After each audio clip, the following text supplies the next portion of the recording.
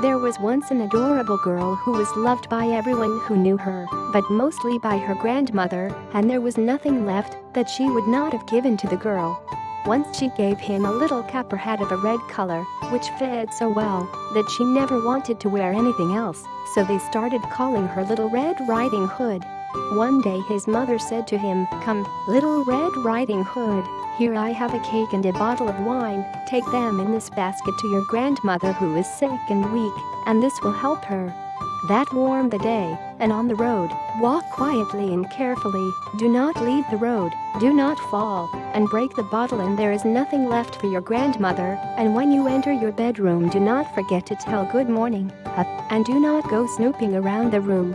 "Do not worry, I'll do everything right," said Little Red Riding Hood, and took the things and said goodbye affectionately. Grandma lived in the woods, about a kilometer from her house. And no more Red Riding Hood had entered the forest, always on the path, when he met a wolf. Little Red Riding Hood did not know that this creature could do any harm, and she had no fear of him. "Good morning, Little Red Riding Hood," said the wolf. "Good morning, kind wolf. Where are you going so early, Little Red Riding Hood?" "To my grandmother's house." "And what are you carrying in that basket?" "Pastel and wine. Yesterday was the day of baking, so my poor sick grandmother is going to have something good to strengthen herself." "And where does your grandmother live, Little Red Riding Hood?"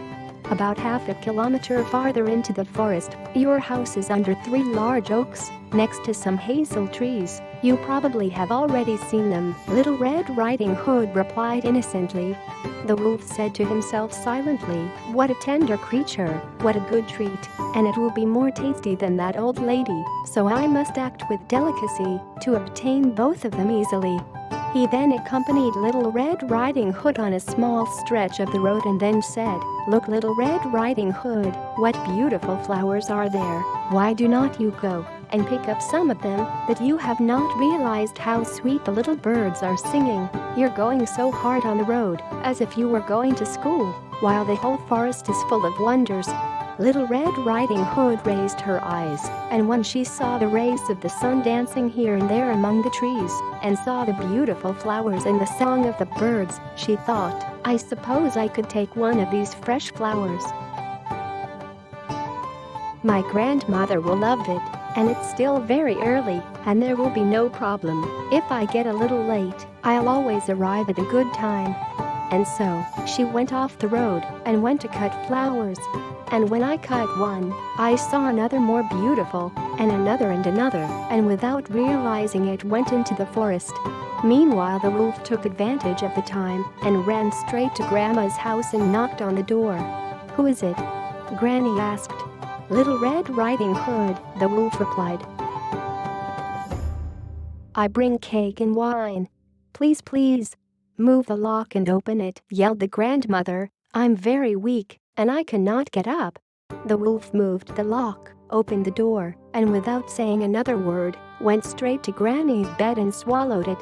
And immediately he put on her clothes, put on a hat, got into bed, and closed the curtains. Meanwhile, Little Red Riding Hood had been collecting flowers, and when she saw that she had so many that she could no longer carry, she remembered her grandmother and set off towards her. When she arrived, she was surprised to find the door open, and upon entering the house, she felt so strange a foreboding that she said to herself, "Oh God, how uncomfortable I feel today, and other times that I liked it so much to be with Grandma."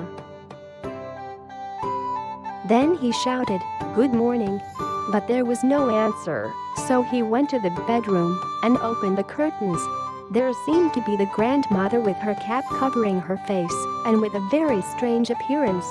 "Oh, Grandma," he said, "what big ears you have."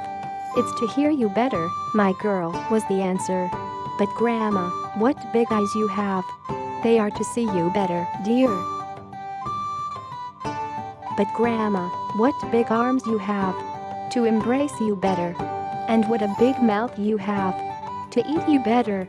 and he had not finished saying the above when with a jump he got out of bed and swallowed Red Riding Hood. Then the wolf decided to take a nap and threw himself back on the bed, and once he was asleep he began to snore loudly. A hunter who happened to be passing by at that moment heard the loud snores and thought, "How that old woman snores. I'll see if you need any help." Then he entered the bedroom, and when he approached the bed he saw the wolf lying there. "So I find you here, old sinner," said he. "I've been looking for you for a while." And he was about to shoot his weapon at him when he thought the wolf might have devoured the old woman and still be saved, so he decided not to shoot. Instead he took a pair of scissors and began to cut the belly of the sleeping wolf.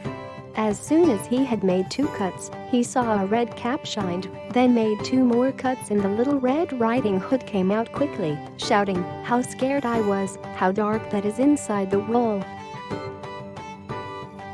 and immediately left the grandmother, alive but could hardly breathe.